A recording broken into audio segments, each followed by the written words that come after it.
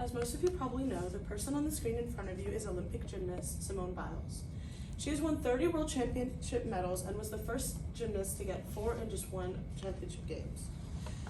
According to the College Board source, Simone Biles and the True Meaning of Courage, she has gone through something that the majority of us ordinary people also have: burnout. Burnout is a state of complete mental, physical, and emotional exhaustion. And as I mentioned briefly before, more people than you might think have dealt with burnout. About 89% of Americans have dealt with burnout at one point or another. But you can tell this is becoming a massive problem in our society when you realize that not only adults but also high school students are dealing with these kinds of problems. One of the biggest factors contributing to this though for high school students is the relationship they have with their peers. Good morning, my name is Amanda Cruz, and today I will be talking about the effect of student relationships on burnout. Today, throughout this presentation, I will answer the question, to what extent do student relationships affect burnout in high schoolers? And I will explain how, because student relationships directly affect burnout, there should be easily accessible resources students can use to establish and maintain positive relationships throughout their time in high school.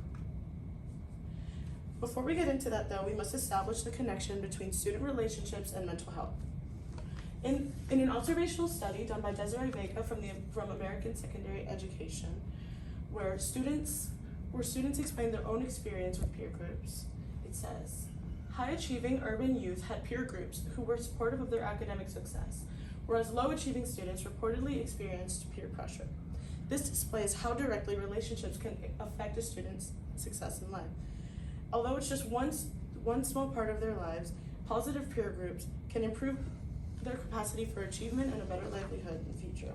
And as you can also see, being peer pressured by a negative peer group or negative influences can do the complete opposite and be very detrimental. But this is not really that surprising, because students already have many other stressors in their day-to-day lives, not including mental health and friendships. You can see that they also have the stressors of school grades, physical health, and getting into college to deal with as well.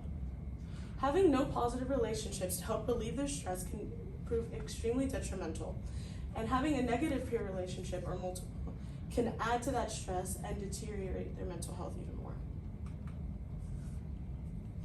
But in what way does this relate to burnout?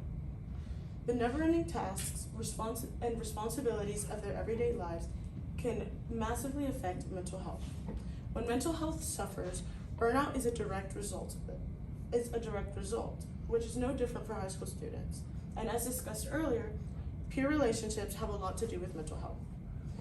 In an article from The Opinion, where a student-run newspaper where students talk about their own problems with burnout, it says, teenage burnout occurs when students face emotional or physical reactions caused by ongoing stress. 71% of students reported having experienced teenage burnout at least once in their life, with 57.3% of those students experiencing it even more than that. It is clear that stressors on mental health can cause burnout in a large percentage of students.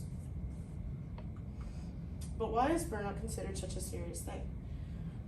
The main reason is because it has a massive amount of negative effects. Many have to do with academics, as you can see in these pie charts. In both of these, you can see that more than half of teachers view mental health as having a negative effect on academic learning and classroom management. This is a major issue, as that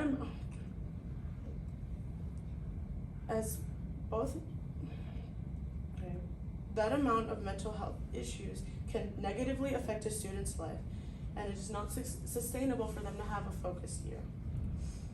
In the article, School Engagement and School Burnout Profiles During High School, the Role of Socioeconomic Skills, it says, school burnout predicts involuntary gap years after high school, decreased educational aspirations, a fourfold greater likelihood of dropping out, and decreased academic achievement. It displays how it doesn't only affect their academic learning, but also their futures in terms of college and in let me. One of the biggest reasons this is a problem is the amount of stress that is put on a student to be the best in their class by their own high schools. High schools consistently pressure students to take AP or honors classes even if they don't feel ready to take this kind of a course. On a scale of 1 to 10, about 25.4% of students view the amount of pressure being put on them to take honors or AP classes as a 10, 14.3% view it as a 9, and 23.7% view it as an 8.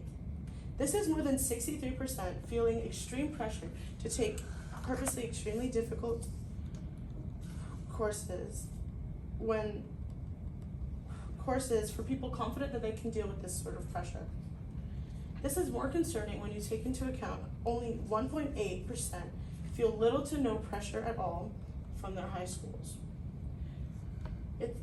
If just school pressure affects adolescents to this extent, it makes sense that having little to no support from peers could greatly add to their stress and cause burnout. All of this leads to the question though, how can we solve this problem of negative peer relationships affecting burnout in high schools? There are 3 different options. We could giving students a place to talk to a professional about issues relating to peer relationships and burnout, something similar to a therapist would. But a limitation would be that not all students will know about these resources. And even if they do, many will not feel open enough to be able to talk about their issues to someone they do not trust. The second option would be creating a safe space that helps students specifically with making positive peer relationships to help with academic and general life stress. This has similar issues as the prior solution. Students do not naturally feel okay talking to others about their feelings, even if it's not an adult, and may not willingly participate in things of this nature. The third option is reducing the amount of competition between students. For example, the race for being valedictorian. Having things like valedictorian can often help students to be more driven, and although it can sometimes go too far, it can help students with college applications and future life. Thank you.